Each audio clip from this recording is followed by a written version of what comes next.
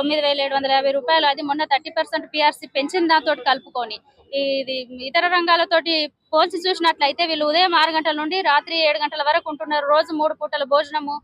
దాంతో పాటు 90 కేజీబీవీలు కాలేజీకి అప్గ్రేడ్ అయినాయి. విద్యార్థుల సంఖ్య పెరిగింది.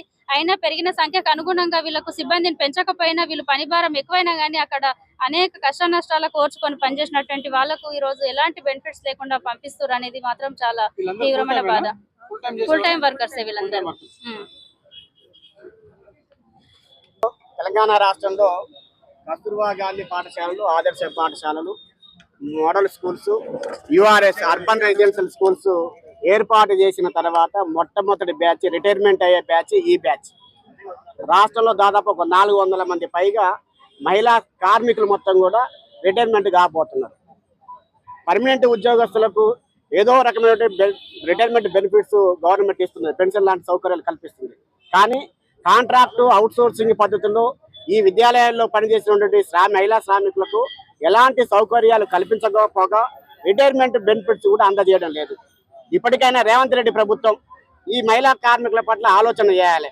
ఎందుకంటే వీళ్ళు దాదాపు ఒక 20 ఏళ్ల కాలంలో విద్యార్థినులకు, అమ్మాయిలకు అనేక రకాలుగా సేవలు అందజేశారు. వాళ్ళకు వంటలు వండి పెట్టారు, వాళ్ళ సంరక్షణ కోసం పనిచేశారు, విద్యా అభివృద్ధి కోసం కృషి చేశారు.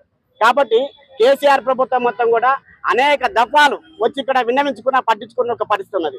ఇప్పటికైనా మన కాంగ్రెస్ ప్రభుత్వం, రేవంత్ రెడ్డి గారి ప్రభుత్వం అధికారంలోకి వచ్చింది కాబట్టి మా కార్మికుల పక్షాన మొత్తం కూడా ఆలోచన చేయాలి. వీళ్ళకు రిటైర్మెంట్ బెనిఫిట్స్ కనీసం 25 లక్షల రూపాయలు ఇవ్వాలని మేము డిమాండ్ చేస్తున్నాం. అదేవిధంగా వృద్ధాప్యానికి చేరుకున్నారు, వీళ్ళు ఉద్యోగాలు కోల్పోతున్న ఒక పరిస్థితి కూడా ఉన్నది. కానీ బిడ్డల లేదా కొడుకుల మీద ఆధారపడి బతకాలంటే కష్టంగా మారబోతున్నది. కాబట్టి వీళ్ళకు కనీసం పెన్షన్ సౌకర్యాలను కల్పించాలని ఈ సందర్భంగా మేము డిమాండ్ చేస్తున్నాం. ఎందుకంటే అంగన్వాడీలు, ఇతర రంగాలకు సంబంధించిన వాళ్ళకు కూడా వాళ్ళకు రిటైర్మెంట్ బెనిఫిట్స్ కూడా ఇస్తున్నారు.